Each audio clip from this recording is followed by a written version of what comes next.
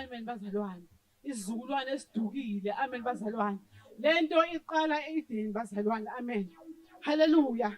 Iqala e-Edeni, amen. uNkulunkulu wenza umuntu wathi asenze umuntu simenze afuze thina. Amen. Mayimenze fuza yena, usho mafuza uNkulunkulu ufanele wenze njengaye. Amen, ngoba ufuze yena.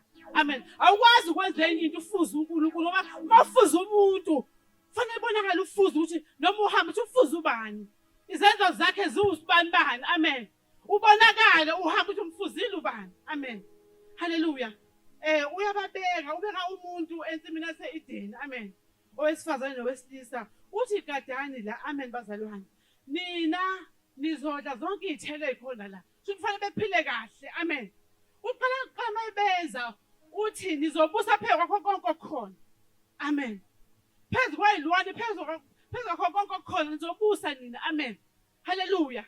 Amen bazalwane. Useyababeka ke e-Edeni. Mabebeka kufika inyoka iza ku-Eva izokhohlisa Eva izombuza ukuthi uNkulunkulu. Amen bazalwane. Selokufunda la.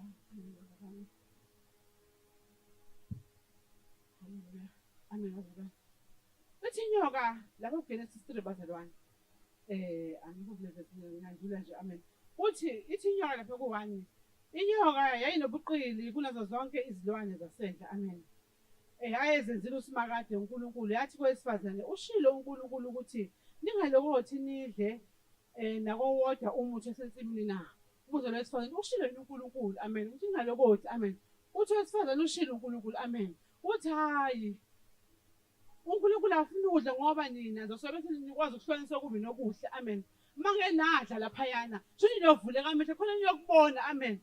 So uNkulunkulu akafuni nidle laphana ukuthi nizokwazi ukuhlukanisa okuhle nokubi. Amen. Owesifazane useyabona noma uthi muhle waseyawudla. Yawonakala lapho ke into yaqala lapha e-Edeni. Amen. Wabantu ukuhlubuka kaNkulunkulu kusuka kaNkulunkulu. Amen. uNkulunkulu enza isivumelwano ukuthi uzohlala lana uzogada la wena. Amen. Uzolima la uzogada la ugada lensimi uzorula yonke into. Amen bazalwane. Inyoka yasamkhohlisa uEva. Hallelujah.